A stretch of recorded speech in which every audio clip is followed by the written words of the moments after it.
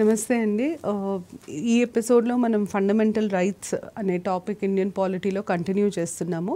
నేను already fundamental రైట్స్‌కి సంబంధించి ఒక 4 క్లాసెస్ చెప్పున్నాను. దాని కంటిన్యూటీ ఈ క్లాస్. అయితే లాస్ట్ క్లాస్‌లో నేను ఆర్టికల్ 22 గురించి డిస్కస్ చేశాను. ఈ క్లాస్‌లో మనం రైట్స్ అగెయిన్స్ట్ ఎక్స్‌ప్లాయిటేషన్ గురించి డిస్కస్ చేయబోతున్నాం. ఈ రైట్స్ అగెయిన్స్ట్ ఎక్స్‌ప్లాయిటేషన్ అన్నది ఒక హక్కు కాదండి, అదొక సేఫ్ గార్డ్. వీటిని మనం సేఫ్ గార్డ్స్గా పరిగణిస్తాం. అంటే ప్రొటెక్షన్ ఇచ్చే వాటిని సేఫ్ గార్డ్స్ అని అంటారు. సో రైట్ అగెయిన్స్ట్ ఎక్స్‌ప్లాయిటేషన్ అనేది ఒక సేఫ్ గార్డ్. దాంట్లో 2 ఆర్టికల్స్ ఉంటాయి, 23 ఇంకా 24. 23 ఏమంటుందంటే ఇట్ కంప్లీట్లీ ప్రొహిబిట్స్, ఒక కంప్లీట్ ప్రొహిబిషన్ ఉంటుంది. ప్రొహిబిట్స్ 2 రకాలు, ఒకటేమో హ్యూమన్ ట్రాఫికింగ్, ఇంకొకటి బాండెడ్ లేబర్ ఇంక్లూడింగ్ బేగార్. ఈ పదాలు ఏవైతే రాజ్యాంగంలో పొందుపరుచున్నాయో అవి గుర్తుంచుకోవడం చాలా ఇంపార్టెంట్. బేగార్, బాండెడ్ లేబర్, ఈ రెండింటిని సంపూర్ణంగా బహిష్కరించడం జరుగుతుంది. రాజ్యాంగం హ్యూమన్ ట్రాఫికింగ్ని, బాండెడ్ లేబర్ని బహిష్కరించడం జరుగుతుంది. అయితే ఇప్పుడు మనకి ఇంపార్టెంట్ ఏంటంటే హ్యూమన్ ట్రాఫికింగ్ అంటే ఏంటి, బాండెడ్ లేబర్ అంటే ఏంటి, వాటి అర్థము కాన్స్టిట్యూషన్లో రాసి ఉండదు. రాజ్యాంగం మనకి హ్యూమన్ ట్రాఫికింగ్ అంటే ఏంటి, బాండెడ్ లేబర్ అంటే ఏంటో చెప్పదు. రాజ్యాంగం ఏమంటుందంటే బాండెడ్ లేబర్ని, హ్యూమన్ ట్రాఫికింగ్ని పూర్తిగా బహిష్కరించడం జరిగింది అని మాత్రమే చెప్తుంది. ఈ రెండిటికి సంబంధించి ఎవరైనా అవి పాటిస్తే, అంటే హ్యూమన్ ట్రాఫికింగ్ చేసిన, బాండెడ్ లేబర్ చేసిన, బానిసత్వాన్ని ప్రోత్సహించిన వాళ్ళకి చట్టం ద్వారా శిక్ష పడుతుంది. సో పనిషబుల్ బై లా అని అంటారు. కాన్స్టిట్యూషన్ ఎప్పుడు పనిష్మెంట్ ఇవ్వదండి, పనిషబుల్ బై లా అంటారు. అందుకనే మనకు హ్యూమన్ ట్రాఫికింగ్ అగెయిన్స్ట్ సీతా అని అంటారు, separation of immoral trafficking act అది ఉంది. Bonded labour against prevention of bonded labour act 1976 ఉంది. So human trafficking, bonded labour రెండింటినీ పూర్తిగా బహిష్కరించడం జరుగుతుంది రాజ్యాంగంలో. హ్యూమన్ ట్రాఫికింగ్ అంటే మనం ఒక వస్తువుని, ఒక సర్వీస్ని కొన్నట్టు, అమ్మినట్టు మనుషులని కొని అమ్మడాన్ని మనం హ్యూమన్ ట్రాఫికింగ్ అంటాం. ట్రేడ్ అండ్ హ్యూమన్ బీయింగ్స్ అంటే హ్యూమన్ ట్రాఫికింగ్. బాండెడ్ లేబర్ అంటే అసలు జీతం లేకుండా బలవంతంగా పనిచేయించుకోవడం, లేదా చాలా తక్కువ జీతంతో పనిచేయించుకోవడం, దీన్ని మనం బాండెడ్ లేబర్గా పరిగణిస్తాం. మరి బేగార్ అనే పదానికి అర్థం ఏంటి అంటే, బేగార్ని మన భాషలో వెట్టి చాకిరీ అని అంటారు. వెట్టి చాకిరీ అన్న పదం రాజ్యాంగంలో లేదు, కానీ బేగార్ అంటే వెట్టి చాకిరీ అని అర్థం. వెట్టి చాకిరీని కూడా రాజ్యాంగం పూర్తిగా బహిష్కరిస్తుంది. అయితే కొన్నిసార్లు ఏమవుతుందంటే, మనము చట్టాన్ని ఉల్లంఘించినప్పుడు మనకి కొన్నిసార్లు ఎలాంటి శిక్షలు పడతాయి అంటే, సమాజ సేవ చేయమని ఇట్లాంటి శిక్షలు పడతాయి. ఉదాహరణకి ట్రాఫిక్ రూల్స్ని వయోలేట్ చేసినప్పుడు ఏదైనా ఓల్డ్ ఏజ్ హోమ్లో 4 వీక్స్ సర్వీస్ చేయాలని, లేదా ఏదైనా ఆర్ఫనేజ్లో సర్వీస్ చేయాలని ఇట్లాంటి శిక్షలు పడతాయి. రాజ్యాంగం ఏమంటుందంటే ఇట్లాంటి శిక్షలన్నీ బాండెడ్ లేబర్ లాగా పరిగణించడానికి వీల్లేదు, అవి బాండెడ్ లేబర్ కిందికి రావు. మనం ఒక తప్పు చేసినాం కాబట్టి ఆ తప్పుకి శిక్షగా మనని పనిచేయమంటున్నారు. సో ఇలాంటి పరిస్థితులలో మనకి ఇవ్వబడే పని, మనకి విధింపబడ్డ పనిని మనం బాండెడ్ లేబర్ లాగా కన్సిడర్ చేయలేము అని రాజ్యాంగం చెప్తుంది. 24వ ప్రకరణ చైల్డ్ లేబర్కి సంబంధించింది, బాల కార్మికులకి సంబంధించింది. 24 ఏమంటుందంటే నో చైల్డ్. ఇది చాలా ఇంపార్టెంట్ అండి. దీని మీద కూడా క్వశ్చన్స్ వస్తాయి. Below 14 years can be employed in factories, mines and other hazardous industries. ఎప్పుడైనా గుర్తుపెట్టుకోండి, రాజ్యాంగంలో ఏవైతే ఇవ్వబడడం జరుగుతుందో ఖచ్చితంగా వాటి మొత్తం ప్రతి పదం మీకు తెలిసి ఉండాలి. ఫ్యాక్టరీస్ అన్న పదము, మైన్స్ అన్న పదం, హజార్డస్ ఇండస్ట్రీస్ అన్న పదం, ఇవి మొత్తం రాజ్యాంగంలో పొందుపరుచున్నాయి. సో ఫ్యాక్టరీస్ అన్న పదం, మైన్స్ అన్న పదం, హజార్డస్ ఇండస్ట్రీస్ అన్న పదం పొందుపరుచుంది. అయితే 24 ఏమంటుందంటే బాల కార్మికులు ఫ్యాక్టరీలలో, మైన్లలో అండ్ హజార్డస్ ఇండస్ట్రీస్లో పనిచేయడానికి వీల్లేదు అని అంటుంది. దీని అర్థం ఏంటంటే చైల్డ్ లేబర్ని కాన్స్టిట్యూషన్ బ్యాన్ చేయట్లేదు. రాజ్యాంగం బాల కార్మికులని బ్యాన్ చేయడం లేదు, దాన్ని ప్రొహిబిట్ చేయడం లేదు, దాన్ని రిస్ట్రిక్ట్ చేస్తుంది. రిస్ట్రిక్ట్ ఎక్కడికి చేస్తుంది? నాన్ హజార్డస్ ఇండస్ట్రీస్కి రిస్ట్రిక్ట్ చేస్తుంది. అంటే మనకు బాల కార్మికులు ఉండొచ్చు, పిల్లలను మనం పనికి పంపించచ్చు, ఎక్కడ? నాన్ హజార్డస్ ఇండస్ట్రీస్లో పంపించచ్చు అని అర్థం. అయితే 24లో మీకు ఇంపార్టెంట్ ఏంటి అంటే 14 years అన్న వయోపరిమితి మెన్షన్ చేయడము, తర్వాత factories, mines, hazardous industries mention చేయడం ఇంపార్టెంట్. 23 పూర్తిగా హ్యూమన్ ట్రాఫికింగ్ని, బాండెడ్ లేబర్ని బహిష్కరిస్తాయి. 24 బాల కార్మికులు హజార్డస్ ఇండస్ట్రీస్లో పనిచేయొద్దు, నాన్ హజార్డస్ ఇండస్ట్రీస్లో పనిచేయొచ్చు అని చెప్తున్నారు. అయితే ఇక్కడ ప్రశ్న ఏంటంటే ఏది హజార్డస్ ఇండస్ట్రీ, ఏది నాన్ హజార్డస్ ఇండస్ట్రీ అని మనకు ఎలా తెలుస్తుంది? దానికి సమాధానం ఒక చట్టం ఉంటుంది, prevention and regulation of child labour act అని. ఈ చైల్డ్ లేబర్ యాక్ట్ కింద హజార్డస్ ఇండస్ట్రీ అంటే ఏంటి, నాన్ హజార్డస్ ఇండస్ట్రీ అంటే ఏంటి, పిల్లల్ని ఎక్కడ పనిచేయనీయొచ్చు, పిల్లలు ఎక్కడ పనిచేయకూడదు, ఒకవేళ బహిష్కరింపబడ్డ ఆఫీసెస్లో పిల్లలని కార్మికుల్లాగా పెట్టుకుంటే అప్పుడు ఇచ్చే పనిష్మెంట్ ఏంటిది, ఒకవేళ మేము పిల్లలని పని చేయొచ్చు, ఇక్కడ పని చేయొచ్చు, నాన్ హజార్డస్ ఇండస్ట్రీస్లో పని చేయొచ్చు, పని చేసినప్పుడు ఆ పిల్లలకి ఎట్లాంటి వసతులు కల్పించాలి, ఎట్లాంటి కండిషన్స్ ఆఫ్ సర్వీస్ ఉండాలి, ఇవన్నిటిని కూడా ఒక లా కింద ఇవ్వడం జరుగుతుంది. దాన్నే child labour regulation and prohibition act అని అంటారు. మీకు ఈ లా చాలా చాలా ఇంపార్టెంట్, ఎందుకంటే మీకు గ్రూప్ 1 ప్రిలిమ్స్లో కానీ జనరల్ స్టడీస్లో కానీ ఒక టాపిక్ ఉంటుంది, రైట్స్ బేస్డ్ ఇష్యూస్. ఈ రైట్స్ బేస్డ్ ఇష్యూస్ అన్న టాపిక్ కింద రీసెంట్గా వచ్చిన సోషియో ఎకనామిక్ లెజిస్లేషన్స్, దాంట్లో తీసుకొచ్చిన మార్పులు చాలా చాలా ముఖ్యం. ఈ child labour regulation and prohibition యాక్ట్ని 2016 సంవత్సరంలో సవరించడం జరిగింది. ఈ సవరణ ప్రకారం 14 ఏళ్ల లోపు పిల్లలు రెండే రెండు ప్లేసెస్లలో పనిచేయచ్చు. ఒకటేమో ఫ్యామిలీ బిజినెస్, ఇంకొకటేమో audio visual entertainment industry. Family business అంటే తాతల కాలం నుండి చేస్తున్న పనిలో పిల్లలు పనిచేయచ్చు.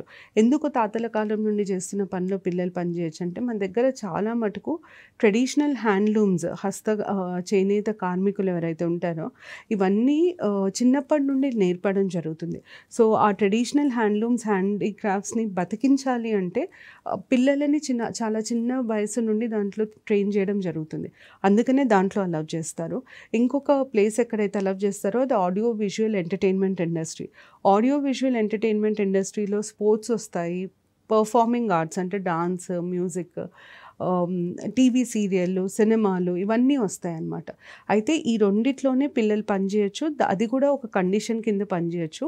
కండిషన్ ఏంటి అంటే వాళ్ళ చదువు ఎక్కడ డిస్టర్బ్ కాకుండా, అంటే చదువు మీద ఎలాంటి కాంప్రమైజ్ కాకుండా పిల్లలని ఈ 2 ప్లేసెస్లలో మాత్రం పనిచేయనీయచ్చు అని కొత్త సవరణ చెప్తుంది. ఇట్లాంటి డీటెయిల్స్ మీకు ఎగ్జామ్కి చాలా ఇంపార్టెంట్, కరెంట్ అప్డేట్స్ కిందకి కూడా వస్తాయి, జనరల్గా కూడా వీటి మీద క్వశ్చన్స్ అడిగే ఛాన్సెస్ ఉంటాయి. సో మనం ఇప్పుడు 23, 24 రెండు చూసాము. 23 ప్రొహిబిట్స్ బేగార్ హ్యూమన్ ట్రాఫికింగ్, 24 అయితే చైల్డ్ లేబర్కి సంబంధించింది. మీరు గుర్తుపెట్టుకోవాల్సిన అంశం ఏంటంటే రాజ్యాంగం చైల్డ్ లేబర్ అంటే ఏంటో చెప్పదు, బేగార్ అంటే ఏంటో చెప్పదు, బాండెడ్ లేబర్ అంటే ఏంటో చెప్పదు, హ్యూమన్ ట్రాఫికింగ్ అంటే ఏంటో చెప్పదు. ఇవేవి మనకు రాజ్యాంగంలో ఇచ్చలేదు. అయితే చైల్డ్ లేబర్ని జనరల్గా ఎట్లా అర్థం చేసుకుంటామంటే ఇన్కమ్ జనరేటింగ్ యాక్టివిటీ, అంటే డబ్బులు సంపాదించే పని పిల్లలు చేసినప్పుడు దాన్ని వారిని బాల కార్మికులుగా గుర్తింపబడుతుంది. So any income generating activity or economic activity, when a child is involved in any income generating activity or economic activity is considered to be a child labour. ఇది 24కి సంబంధించింది. ఇప్పుడు ఇవి 23, 24 అయిన తర్వాత మనకి ఇంకా నెక్స్ట్ ఇంపార్టెంట్ వచ్చేసి ఫ్రీడమ్ ఆఫ్ రిలీజియన్. ఈ ఫ్రీడమ్ ఆఫ్ రిలీజియన్ కింద మనకి 25 నుండి 28 వరకు ఆర్టికల్స్ ఉంటాయి. 25 మనకి దేనికి సంబంధించిన, ముందు నేను మీకు మొత్తం స్ట్రక్చర్ ఇస్తాను. 25 కింద 4 రకాల హక్కులు ఉంటాయి. ఒకటేమో రైట్ టు కన్సైన్స్ అని అంటాం, మనస్సాక్షి, ఆత్మసాక్షి అంటాం చూడండి అది. తర్వాత ప్రొఫెస్, ప్రాక్టీస్, ప్రాపగేట్ రిలీజియన్ అంటాం. ప్రొఫెస్, ప్రాక్టీస్, ప్రాపగేట్ రిలీజియన్, ఇవి 3, ఈ 4 ఇక్కడ ఉంటాయి. Propagate religion. తర్వాత 26 కింద right to establish religious institutions. Religious denomination అన్న పదం వాడడం జరుగుతుంది. ఈ రిలీజియస్ డినామినేషన్కి సంబంధించిన హక్కులని 26లో చెప్పడం జరుగుతుంది. 27 మనకేం చెప్తుందంటే no tax on religious affairs. Taxes గురించి చెప్తుంది. ఇది మన చరిత్రకి సంబంధించిన ఆర్టికల్ ఇది. No taxes on religious activity అని అంటుంది. 28 ఏమంటుందంటే it deals with religious instructions in schools. స్కూల్స్లో రిలీజియన్ గురించి చెప్పచ్చా చెప్పకూడదా, మత బోధలు స్కూల్లో జరగచ్చా జరగకూడదా అన్నది 28. ఈ 4 ఆర్టికల్స్లో బేస్ ఆర్టికల్, అన్నిటికంటే ముఖ్యమైన ఆర్టికల్ 25. ఇది ముఖ్యమైనది. ఈ 3 ఆర్టికల్స్ ఆర్టికల్ 25లో ఇవ్వబడ్డ హక్కులని ఇంకా బలపరుస్తాయి అన్నమాట. ఎట్లా బలపరుస్తాయి, అసలు 25కి 26కి 27కి 28కి ఉన్న సంబంధం ఏంటి నేను ఇప్పుడు ఎక్స్ప్లెయిన్ చేస్తాను. అయితే 25 ఫస్ట్ మనకి ఏమంటుందంటే రైట్ టు కన్సైన్స్. కన్సైన్స్ అంటే మన ఆత్మసాక్షి చెప్పినట్టు మనం వినొచ్చు. ఇప్పుడు దీన్ని ఎట్లా అర్థం చేసుకోవాలంటే, నేను యాజ్ అ హ్యూమన్ బీయింగ్ నేను దేవుడిని నమ్మాలా నమ్మకూడదా, అంటే నేను నాస్తికురాలనా ఆస్తికురాలనా, నేను అది ముందు నిర్ణయించుకోవాలి. రైట్ టు కన్సైన్స్ నాకు ఏం హక్కు ఇస్తుందంటే, నేను దేవుడిని నమ్మాలనుకుంటున్నానా నమ్మొద్దు అనుకుంటున్నానా, నేను దేవుడిని నమ్మినా నమ్మకపోయినా నాకు అలాంటి హక్కులే ఉంటాయి. రాజ్యాంగం నన్ను ఒకటేలాగా చూడాలి అన్నది అక్కడ తాత్పర్యం. భారతదేశంలో చాలా రకాలైన మూఢనమ్మకాలు ఉంటాయి. భారతదేశంలో మతానికి చాలా ప్రాముఖ్యత ఉంటుంది. ఒక మనిషి నేను దేవుణ్ణి నమ్మను అంటే వాళ్ళని తక్కువగా చూడడము, శత్రువులాగా చూడడము, అసాంఘికంగా పరిగణించడం జరుగుతుంది. అట్లాంటివి జరగకూడదని ఒక వ్యక్తి దేవుణ్ణి నమ్మినా నమ్మకపోయినా రాజ్యాంగపరంగా వచ్చే హక్కులలో మార్పులు ఉండవు అని చెప్పడానికి right to conscience. So I have the freedom to choose my religion. నాకు అసలు నేను ఫస్ట్ దేవుణ్ణి నమ్ముదాం అనుకుంటున్నానా లేదా, ఒకవేళ నేను దేవుణ్ణి నమ్మాలనుకుంటే ఏ దేవుణ్ణి నమ్మాలనుకుంటున్నా, ఎట్లా కొలుచుకోవాలనుకుంటున్నా, అంటే how do I want to worship God, ఇవన్నీ నేను డిసైడ్ చేసుకోవచ్చు, నేను నిర్ణయించుకోవచ్చు, ఈ విషయాల మీద నేను నిర్ణయించుకోవచ్చు అని నాకు రైట్ టు కన్సైన్స్ చెప్తుంది.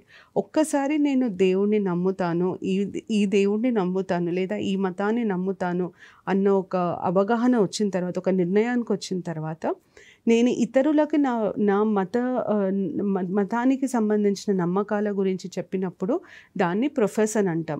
అంటే నేను ఈ దేవుణ్ణి నమ్ముతాను అని చెప్తే దాన్ని ప్రొఫెషన్ అంటారు.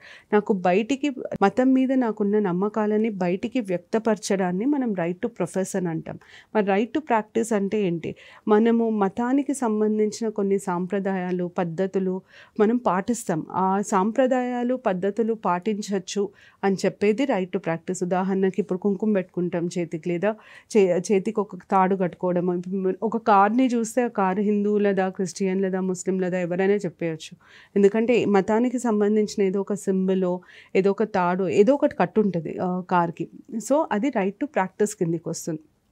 మరి రైట్ టు ప్రాపగేట్ అంటే ఏంటి, నేను ఎప్పుడైతే నా మతం గురించి, నా మతం మీద నాకున్న నమ్మకం గురించి వేరే వాళ్ళకి చెప్పడమే కాకుండా వాళ్ళని ఇన్ఫ్లుయెన్స్ చేయడానికి ట్రై చేస్తా, అంటే వాళ్ళని ప్రభావితం చేయడానికి ప్రయత్నిస్తే దాన్ని ప్రాపగేట్ అంటారు. ప్రొఫెస్కి ప్రాపగేట్కి మధ్యలో తేడా ఏంటంటే, ప్రొఫెస్లో నేను వేరే వాళ్ళకి నా భావాలని వ్యక్తపరుస్తున్నా, నా మతానికి సంబంధించి నాకున్న భావాలను వ్యక్తపరచడాన్ని ప్రొఫెసర్ అంటారు. ప్రాపగేట్ అర్థం ఏంటంటే, మతానికి సంబంధించిన నా భావాలని చెప్పుతూ వాళ్ళని ప్రేరేపించడం లేదా వాళ్ళని కూడా ఇన్ఫ్లుయెన్స్ చేయడానికి ట్రై చేయడాన్ని మనం ప్రాపగేట్ అని అంటాం. సో ప్రాపగేషన్ ఎప్పుడైనా వేరే వాళ్ళని మన మతం వైపు మలుచుకోవడానికి లేదా మన మతం గురించి వాళ్ళకి అవగాహన కలిగించి మన మతం గురించి ఆలోచించజేయడానికి చేసేది ప్రాపగేట్. నా మతం ఇది, నా మతానికి సంబంధించిన భావాలు ఇవి అని చెప్పడాన్ని మాత్రం ప్రొఫెషన్ అంటాం. ప్రొఫెస్లో చెప్పడం మాత్రమే ఉంటుంది, ప్రాపగేట్లో ఇన్ఫ్లుయెన్స్ ఉంటుంది. ఎదురు మనిషిని ఇన్ఫ్లుయెన్స్ చేయడానికి ట్రై చేసేది propagate. So concise, profess, propagate, practice ఈ 4 ఉంటాయి. అయితే వీటి మీద కొన్ని నిబంధనలు ఉంటాయి. ఉదాహరణకి నాకు నా మతాన్ని పాటించే హక్కు స్వాతంత్రం ఉంటుంది, అంటే మతానికి సంబంధించిన సాంప్రదాయాలు పాటించే స్వాతంత్రం ఉంటుంది. కానీ ఈ సాంప్రదాయాలు వేరే వాళ్ళ హక్కులని ఉల్లంఘించవచ్చు. ఉల్లంఘించకూడదు. సో అదర్ ఫండమెంటల్ రైట్స్ ఒక రిస్ట్రిక్షన్, హెల్త్ ఒక రిస్ట్రిక్షన్, డీసెన్సీ మొరాలిటీ ఒక రిస్ట్రిక్షన్. ఇట్లా కొన్ని రిస్ట్రిక్షన్స్, కొన్ని నిబంధనలు ఉంటాయి 25 మీద. ఉదాహరణకి మన దగ్గర జోగిని వ్యవస్థ ఉంటుంది.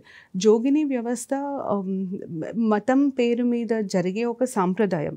ఈ మతం పేరు మీద జరిగే సాంప్రదాయాన్ని మనం ఒక సోషల్ ఈవెల్ లాగా ఖండిస్తాం, అంటే ఒక దురాచారం లాగా ఖండిస్తాం. ఈ దురాచారాన్ని నాకు మతానికి సంబంధించిన సాంప్రదాయాలు పాటించే హక్కు ఉంది కాబట్టి నేను జోగిని వ్యవస్థను కూడా పాటిస్తాను అంటే కుదరదు. ఎందుకంటే జోగిని వ్యవస్థ ఇంకొక మనిషి హక్కులని ఉల్లంఘిస్తుంది కాబట్టి అది చెల్లదు అని రాజ్యాంగం చెప్పడానికి వీటి మీద కొన్ని నిబంధనలు ఏర్పాటు చేయడం జరిగింది. సో నేను ఇంతకుముందు చెప్పినట్టు మొరాలిటీ, డీసెన్సీ, పబ్లిక్ ఆర్డర్, దాని తర్వాత హెల్త్, అదర్ ఫండమెంటల్ రైట్స్, ఇవన్నీ వీటి మీద ఉన్న రిస్ట్రిక్షన్స్. అయితే ఇందులో ఇంకొక పాయింట్ ఏముంటుందంటే 25లో ఒకవేళ అవసరం పడితే హిందూ మతానికి సంబంధించి లేదా హిందూ మత స్థలాలకి సంబంధించి ఎలాంటి సోషల్, సెక్యులర్, ఎకనామిక్ డెసిషన్ కూడా గవర్నమెంట్ తీసుకోవచ్చు అని అంటారు. దీన్ని నేను మీకు సింపుల్ టర్మ్స్లో ఎక్స్ప్లెయిన్ చేయాలంటే మీరు వినుంటారు ఎండోమెంట్స్ డిపార్ట్మెంట్ అని ఉంటుంది. ఎండోమెంట్స్ డిపార్ట్మెంట్ ఎందుకు ఫామ్ అవుతుంది అంటే హిందూ మతానికి సంబంధించిన గుడి మాన్యాలు ఇవన్నిటినీ ఎండోమెంట్స్ కింద పెట్టి వాటిని ఏ రకంగానూ అన్టచబిలిటీకి కానీ ఇంకా దేనికన్నా కానీ వాడకుండా చేయడానికి ఇవన్నీ తీసుకొచ్చారు. సో ఇది ఏ ప్రకరణ కింద అంటే ఏ ఆర్టికల్ కింద దీన్ని అలవ్ చేస్తాము అంటే ఆర్టికల్ 25. ఎందుకు ఇట్లాంటి రిస్ట్రిక్షన్ పెట్టారు అంటే అన్టచబిలిటీ లాంటివి నిర్మూలించడానికి ఇట్లాంటి రిస్ట్రిక్షన్స్ పెట్టడం జరిగింది. అయితే 26 ఏమంటుందంటే religious denomination, every religious denomination in India. Religious denomination అంటే ఏంటి అన్న దాని మీద రాజ్యాంగం ఏమీ చెప్పదు. ఇది రిలీజియస్ డినామినేషన్ అన్న పదం ఉంది కానీ దాని అర్థం ఏంటిది అన్నది రాజ్యాంగం చెప్పదు. సో ఇదేమంటుందంటే every religious denomination has the right to establish religious institutions అని అంటుంది. అంటే మతానికి సంబంధించిన సంస్థలు ఏర్పాటు చేయడానికి వాళ్ళకి హక్కు ఉంటుంది. అలాగే ఈ రిలీజియస్ ఇన్స్టిట్యూషన్స్ ద్వారా వాళ్ళు మతాన్ని ప్రమోట్ చేయొచ్చు, రిలీజియన్ని ప్రమోట్ చేయొచ్చు, లేదా ఏదైనా చారిటబుల్ వర్క్ని చేయొచ్చు ఫర్ రిలీజియన్ ఆర్ చారిటీ. దాని తర్వాత ఏమంటారంటే ఈ రిలీజియస్ డినామినేషన్, ఈ ఇన్స్టిట్యూట్ని మతం పరంగా అంటే రిలీజియన్ పరంగా రెగ్యులేట్ చేయొచ్చు. Can regulate in matters of religion, religious మ్యాటర్స్లో రెగ్యులేట్ చేయడానికి వీలుంటుంది, రెగ్యులేషన్ పాసిబుల్ అవుతుంది. ఇది సెకండ్ది. లాస్ట్ది ఏమంటుందంటే religious denomination will have the right to buy, ఇది చాలా చాలా ముఖ్యమండి, మూవబుల్ అండ్ ఇమ్మూవబుల్ ప్రాపర్టీ. వాళ్ళకి రైట్ టు ప్రాపర్టీ ఉంటుందన్నమాట. రైట్ టు ప్రాపర్టీ ఉంటుంది. రైట్ టు ప్రాపర్టీ అన్నది సామాన్యులకు అంటే సిటిజన్స్ ఆఫ్ దిస్ కంట్రీ వాళ్ళకి రైట్ టు ప్రాపర్టీ ఒక ప్రాథమిక హక్కు కాదు, కానీ రిలీజియస్ డినామినేషన్కి రైట్ టు ప్రాపర్టీ ఒక ప్రాథమిక హక్కు. అయితే రిలీజియస్ డినామినేషన్ అంటే ఏమొస్తుంది అన్నది ముందు మనం తెలుసుకోవాలా. రిలీజియస్ డినామినేషన్ అన్న పదము ఒక కాన్స్టిట్యూషన్లో మాత్రం డిఫైన్ అయ్యలేదు. డినామినేషన్ అంటే ఒక గుంపు, మతానికి సంబంధించిన ఒక గుంపుని మనం రిలీజియస్ డినామినేషన్ అంటాం. మరి ఆ గుంపు ఇది రిలీజియస్ డినామినేషన్ అని మనకు ఎట్లా తెలుస్తుంది అన్న ప్రశ్నకు వస్తే, సుప్రీంకోర్టు ఒక కేసులో, ఈ కేసు నేమ్ చాలా ఇంపార్టెంట్, షిరూర్ మట్ కేసు అని అంటారు. ఈ షిరూర్ మట్ కేసులో సుప్రీంకోర్టు ఏం చెప్పింది అంటే రిలీజియస్ డినామినేషన్ అర్థం మనం ఎట్లా చేసుకోవాలి. ఏదైనా ఒక గ్రూప్ ఆఫ్ పీపుల్, ఒక మతానికి సంబంధించిన ఒక గ్రూప్ ఉంటే ఆ గ్రూప్కి ఒక నేమ్ ఉండాలి, అంటే ఆ నేమ్ ఒక ఐడెంటిటీ లాగా ఉండాలి. ఇప్పుడు ఆ పేరు చెప్పగానే మనం గుర్తుపట్టగలగాలి, అది భిన్నంగా ఉండాలి. So different name, different religious practices. ఇప్పుడు మామూలుగా మనం ఆ మతంలో పాటించే సాంప్రదాయాలు కాకుండా వాళ్ళు ఇంకా వేరే సాంప్రదాయాలు కూడా పాటిస్తుండాలి. మూడోది ఏంటంటే సెల్ఫ్ ఫైనాన్స్డ్, వాళ్ళు ఆర్థికంగా ఇంకొకరి మీద ఆధారపడి ఉండకూడదు. ఇలా ఉన్న గ్రూప్స్ అన్నిటినీ రిలీజియస్ డినామినేషన్ లాగా పడుతుంది అని చెప్పి సుప్రీంకోర్టు చెప్పడం జరిగింది. నేను మీకు ఒక 2-3 ఉదాహరణలు ఇస్తాను దీనికి. ఫస్ట్ ఉదాహరణ వచ్చేసి రామకృష్ణ మఠ్. రామకృష్ణ రామకృష్ణ మిషన్ ఏదైతే ఉందో ఆ రామకృష్ణ మట్ ఫామ్ అయింది. దాన్ని మనం రిలీజియస్ డినామినేషన్ అని అంటాం. ఎందుకు వీళ్ళని రిలీజియస్ డినామినేషన్ అంటామంటే అసలు రామకృష్ణ మట్ అనంగానే మనందరికి ఏం గుర్తొస్తుంది? స్వామి వివేకానంద గారు గుర్తొస్తారు, రామకృష్ణ పరమహంస గారు గుర్తొస్తారు. సో వాళ్ళకంటూ ఒక ప్రత్యేక స్థానం ఉంది. దాని తర్వాత మనకి రామకృష్ణ మట్ అనంగానే వాళ్ళు దేవుడిని కొనియాడే విధానము కానీ పద్ధతి కానీ చాలా వేరుగా ఉంటుంది. రెండోది. మూడోది ఏంటంటే వాళ్ళు చాలా ఫైనాన్షియల్లీ చాలా స్ట్రాంగ్. వాళ్ళకి ప్రభుత్వం నుండి ఏ రకమైన డబ్బులు అవసరం లేదు. ఎందుకంటే చాలా చారిటీ, వాళ్ళకి చాలా రకాల సపోర్ట్ ఉంది. చాలామంది రామకృష్ణ మఠ్కి ఆస్తులు రాసియడం జరుగుతుంది. అలాగే ఇస్కాన్ గురించి మీరు వినుంటారు. ఇస్కాన్ అనంగానే మనకి రాధాకృష్ణులు గుర్తొస్తారు. ఇస్కాన్లో రాధాకృష్ణులని పూజించే విధానము చాలా చాలా ప్రత్యేకంగా చాలా భిన్నంగా ఉంటుంది. ఇస్కాన్కి కూడా సెల్ఫ్ ఫైనాన్స్డ్, ఇస్కాన్ గవర్నమెంట్ మీద ఆధారపడి లేదు. సో ఇస్కాన్ని రిలీజియస్ డినామినేషన్ అంటారు. మీకు గుర్తుంటే కోవిడ్ ఫస్ట్ వేవ్ అప్పుడు తబ్లీగీ అనే ఒక ముస్లిం గ్రూప్ గురించి మాట్లాడాం. తబ్లీగీ కూడా రిలీజియస్ డినామినేషన్. సో ఇట్లా ఎవరికైతే భిన్నమైన పేరు, భిన్నమైన సాంప్రదాయాలు, ఆర్థికంగా స్వయం ప్రాతిపదికన ఉండే సంస్థలు ఉంటాయో, గ్రూప్స్ ఉంటాయో, రిలీజియస్ గ్రూప్స్, వాటిని మనం రిలీజియస్ డినామినేషన్ అంటాం. అది మేజర్ రిలీజియన్ కావచ్చు, మైనర్ రిలీజియన్ కావచ్చు. అంటే అది హిందువులలో కావచ్చు, ముస్లింలలో కావచ్చు, క్రిస్టియన్లలో కావచ్చు, ఎందులోనన్నా అయి ఉండొచ్చు. కానీ వాళ్ళకంటూ ఒక భిన్నమైన స్థానం ఉండాలి. అట్లాంటి వాటిని మనం రిలీజియస్ డినామినేషన్ అంటాం. ఈ రిలీజియస్ డినామినేషన్కి సంస్థలను స్థాపించే హక్కు. ఈ సంస్థల ద్వారా వాళ్ళు ఏం చేస్తారు? వారు ఈ సంస్థల ద్వారా వాళ్ళ మతం గురించి ప్రచారం చేస్తారు, లేదా ఏదన్నా చారిటీ, ఏదన్నా పని, సోషల్ వర్క్ అన్నా చేస్తారు. చాలామందికి తెలిసి ఉంటుంది రామకృష్ణ మఠ్ ఉట్టి మత ప్రచారం అంటే స్వామి వివేకానంద గారి సిద్ధాంతాలు, రామకృష్ణ పరమహంస గారి సిద్ధాంతాలు మీద ప్రచారం చేయడం ఒకటే చేయదు. రామకృష్ణ మఠ్ చాలా చారిటబుల్ వర్క్ చేస్తుంది.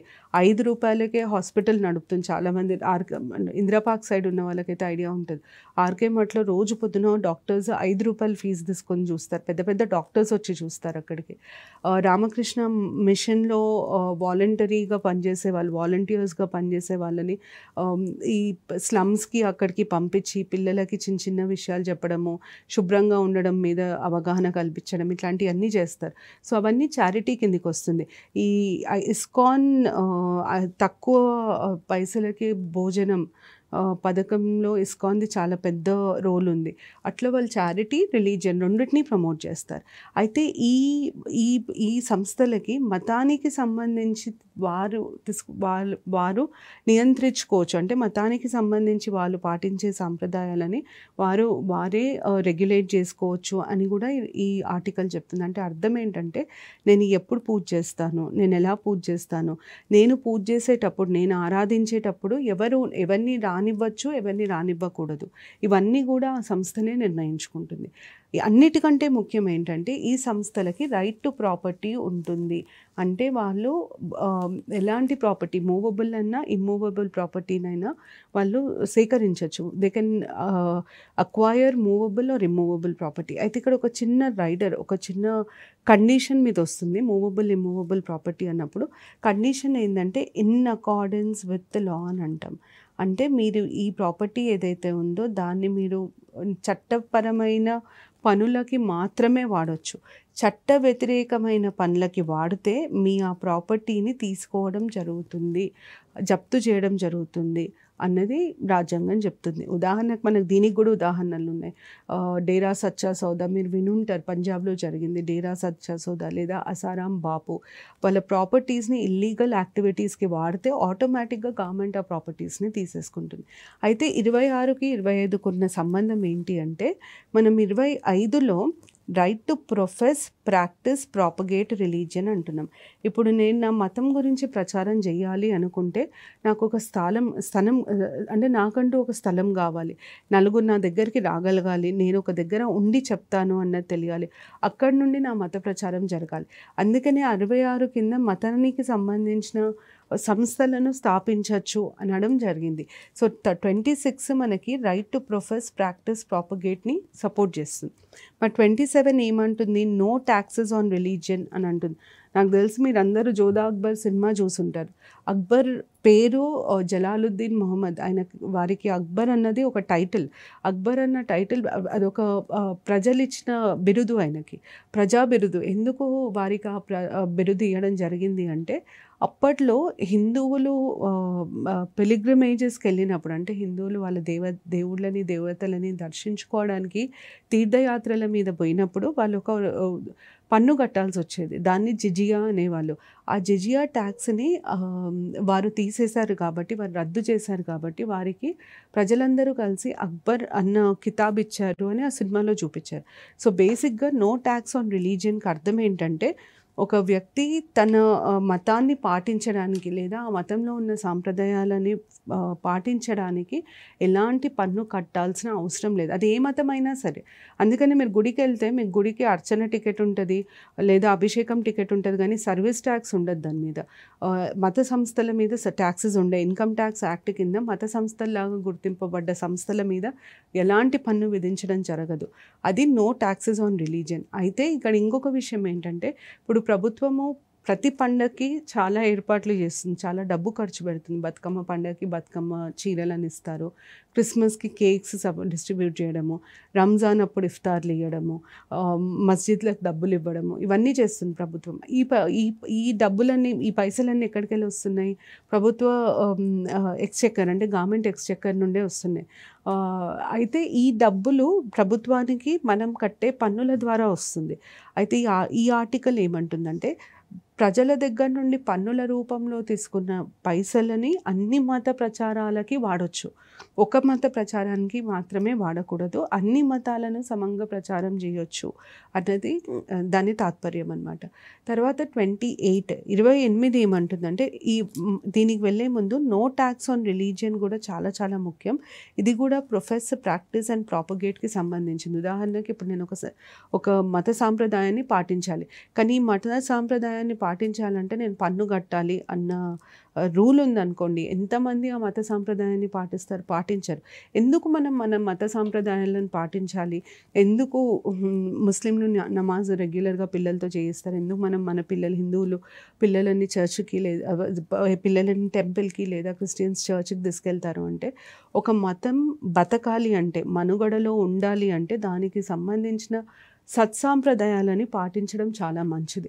అందుకనే మనం చేస్తాం. ఇప్పుడు మన ముందు తరాలు చేశారు, మన తల్లిదండ్రులు, వారి తల్లిదండ్రులు చేశారు, మనం చేస్తున్నాం. రేపు మనల్ని చూసి మన పిల్లలు ఆ సాంప్రదాయాలను పాటిస్తారు. సాంప్రదాయాలు ముందుకెళ్తేనే ఆ మతం బతుకుతుంది, ఆ మతానికి మనుగడ ఉంటుంది. అందుకనే ఈ ప్రాథమిక హక్కు కల్పించడం జరిగింది.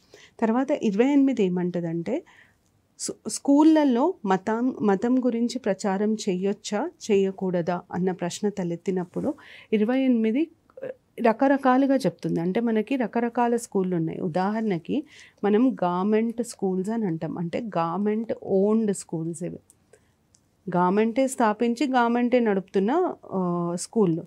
తర్వాత మనకి గవర్నమెంట్ ఎయిడెడ్ అంటాం, ఎయిడెడ్, అన్ఎయిడెడ్, గవర్నమెంట్ చే డబ్బులు ఇవ్వబడ్డ సంస్థలు, లేదా గవర్నమెంట్ అడ్మినిస్టర్డ్. ఇప్పుడు ఉదాహరణకి ఉస్మానియా యూనివర్సిటీ ఉంది.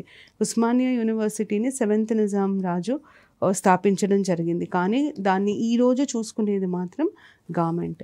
తర్వాత మనం ప్రైవేట్ స్కూల్స్ అంటాం, ప్రైవేట్ వాటిని అన్ఎయిడెడ్ అని కూడా అంటాం. అంటే వారికి ఎట్లాంటి ఫైనాన్షియల్ సపోర్ట్ గవర్నమెంట్ నుండి రాదు. ఇవి కాకుండా రిలీజియస్ ఇన్స్టిట్యూషన్స్ అంటాం, రిలీజియస్ ఎడ్యుకేషన్ ఇచ్చే ఇన్స్టిట్యూషన్స్. ఉదాహరణకి మదర్సాలు అంటాం. మదర్సాలలో మతానికి సంబంధించిన ఎడ్యుకేషన్ ఉంటుంది. అలాగే వేద పాఠశాలస్, వేద స్కూల్స్, వేదాలు నేర్పిస్తారు. ఇవి రిలీజియస్ ఎడ్యుకేషనల్ ఇన్స్టిట్యూషన్స్. అయితే ఇందులో దేంట్లో మనం మత ప్రచారం చేయొచ్చు, దేంట్లో చేయకూడదు. రాజ్యాంగం ఏమంటుందంటే, గవర్నమెంట్ ఓన్డ్ స్కూల్స్లో నో రిలీజియస్ ఇన్స్ట్రక్షన్స్, ఎట్లాంటి మత ప్రచారం చేయడానికి వీల్లేదు. ప్రభుత్వ పాఠశాలలలో ప్రభుత్వంచే సపోర్ట్ చేయబడ్డాయి ఎయిడెడ్, అడ్మినిస్టర్డ్ ప్రైవేట్ వాటిలలో మత ప్రచారం అలౌ చేస్తారు, ఎస్. కానీ నో కంపల్షన్, అంటే ఖచ్చితంగా నువ్వు వినాలి అన్న రూల్ పెట్టడానికి వీల్లేదు. వాళ్ళకి నచ్చితే వింటారు పిల్లలు, నచ్చకపోతే విద్యార్థులు వినరు. మీరు చెప్పాలనుకుంటున్నారు, మీరు చెప్పండి. మీకు చెప్పే హక్కు ఉంటుంది. వినాలా వినొద్దా అని నిర్ణయించే హక్కు విద్యార్థులకు ఉంటుంది.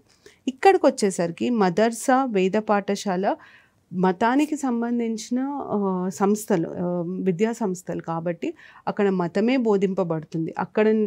అక్కడ చేరి నేను మతం వినను అంటే కుదరదు. సో ఇక్కడ కంపల్సరీ వినడం కంపల్సరీ, బోధించడం కంపల్సరీ. ఇది 28 చెప్తుంది. ఇది ఎందుకు ముఖ్యం అంటే, నేను మీకు రైట్ టు కన్సైన్స్ చెప్పినప్పుడు, రైట్ టు కన్సైన్స్‌లో నేను మతాన్ని పాటించాలా వద్దా, నేను దేవుడిని నమ్మాలా వద్దా అన్నది ప్రతి మనిషి తను నిర్ణయించుకునే హక్కు ఉంటుంది అని అలాగే ఒక మతానికి సంబంధించి ఏదైనా ఇన్స్ట్రక్షన్స్ లేదా ఏదైనా ప్రవచనం జరిగినప్పుడు వినాలా వద్దా అన్న హక్కు ఆ వ్యక్తికి, ఆ విద్యార్థికి ఉంటుంది. ఆ హక్కుని పరిరక్షించడానికి ఆర్టికల్ 28 కింద రిలీజియస్ ఇన్స్ట్రక్షన్స్ గురించి మాట్లాడడం జరిగింది. ఇది right to freedom of religion, ఇంకా రైట్స్ అగెయిన్స్ట్ ఎక్స్‌ప్లాయిటేషన్‌కి సంబంధించిన ఇన్ఫర్మేషన్. నెక్స్ట్ ఎపిసోడ్లో నేను 29, 30, 32 ఈ 3 హక్కులని డిస్కస్ చేస్తాను. దాంతో ఫండమెంటల్ రైట్స్ అయిపోతుంది. Thank you.